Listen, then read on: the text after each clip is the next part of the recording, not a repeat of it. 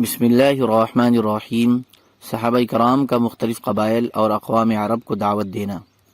حضرت امام بن ثعلبہ رضی اللہ تعالیٰ عنہ کا قبیلہ بنو سعد بن بکر کو دعوت دینا۔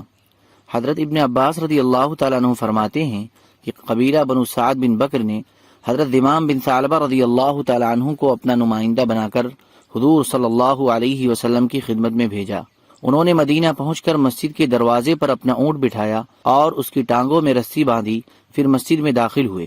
اس وقت حضور صلی اللہ علیہ وسلم اپنے صحابہ کے ساتھ بیٹھے ہوئے تھے۔ حضرت امام بڑے مضبوط اور زیادہ بالوں والے آدمی تھے۔ ان کے سر پر بالوں کی 2 زلفیں تھیں۔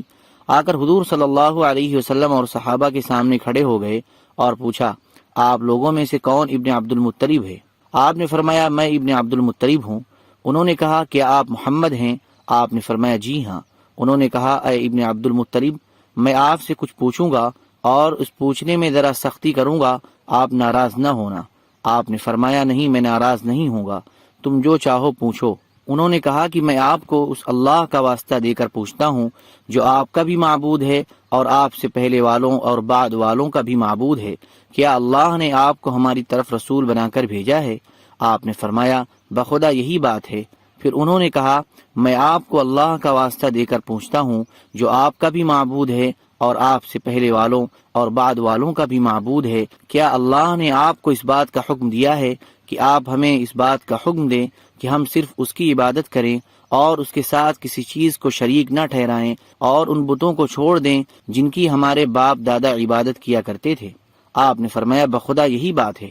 پھر انہوں نے کہا، میں آپ کو اس اللہ کا واسطہ دے کر پوچھتا ہوں جو آپ کا بھی معبود ہے اور آپ سے پہلے والوں اور بعد والوں کا بھی معبود ہے، کیا اللہ نے آپ کو اس بات کا حکم دیا ہے کہ ہم یہ 5 نمازیں پڑھیں؟ آپ نے فرمایا، جی ہاں۔ پھر وہ زکوٰۃ، روزے، حج اور اسلام کے دیگر فرائض کے بارے میں پوچھتے گئے اور ہر دفعہ اللہ تعالیٰ کا واسطہ دے کر پوچھتے۔ جب ان سوالات سے فارغ ہو گئے تو کہا، اشہد ان لا الہ الا اللہ واشہد ان محمد الرسول اللہ، اور میں ان تمام فرائض کو ادا کروں گا اور جن باتوں سے آپ نے روکا ہے ان سے میں بچوں گا اور میں اس میں اپنی طرف سے کمی یا زیادتی نہیں کروں گا۔ پھر اپنے اونٹ کی طرف واپس جانے کے لیے چل پڑے تو حضور صلی اللہ علیہ وسلم نے فرمایا، اگر اس 2 زلفوں والے آدمی نے سچ کہا ہے تو یہ ضرور جنت میں داخل ہوگا۔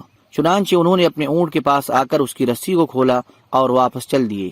جب یہ اپنی قوم میں پہنچے تو سب ان کے پاس جمع ہوئے تو سب سے پہلے انہوں نے یہ کہا کہ لات اور عزا کا برا ہو۔ لوگوں نے کہا، اے امام خاموش رہو، ایسا نہ ہو کہ اس طرح کہنے سے تم برس یا کوڑ یا پاگل پن میں مبتلا ہو جاؤ۔ انہوں نے کہا، تمہارا ناس ہو، یہ لات اور عزا اللہ کی قسم نہ نقصان پہنچا سکتے ہیں اور نہ نفع۔ اللہ تعالیٰ نے اپنا رسول بھیجا ہے اور ان پر ایک کتاب اتاری ہے، اور اللہ تعالیٰ نے تم کو اس کتاب کے ذریعے اس شرک سے نکال دیا ہے جس میں تم مبتلا تھے۔ اور پھر کلمہ شہادت پڑھ کر سنایا، اشہد ان لا الہ الا اللہ وحدہ لا شریک لہ وان محمدا عبدہ ورسولہ۔ اور انہوں نے تمہیں جن کاموں کا حکم دیا ہے اور جن کاموں سے روکا ہے ان تمام احکام کو ان کے پاس سے لے کر میں تمہارے پاس آیا ہوں۔ راوی کہتے ہیں کہ شام ہونے سے پہلے ہی اس آبادی کا ہر مرد اور عورت مسلمان ہو چکا تھا۔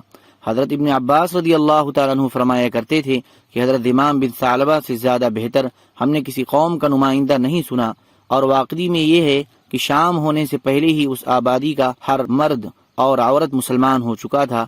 ان لوگوں نے مسجدیں بھی بنائی اور نماز کے لیے اذان بھی دیا کرتے تھے۔ سبحان ربک رب العزة عما یصفون وسلام علی المرسلین والحمد للہ رب العالمین۔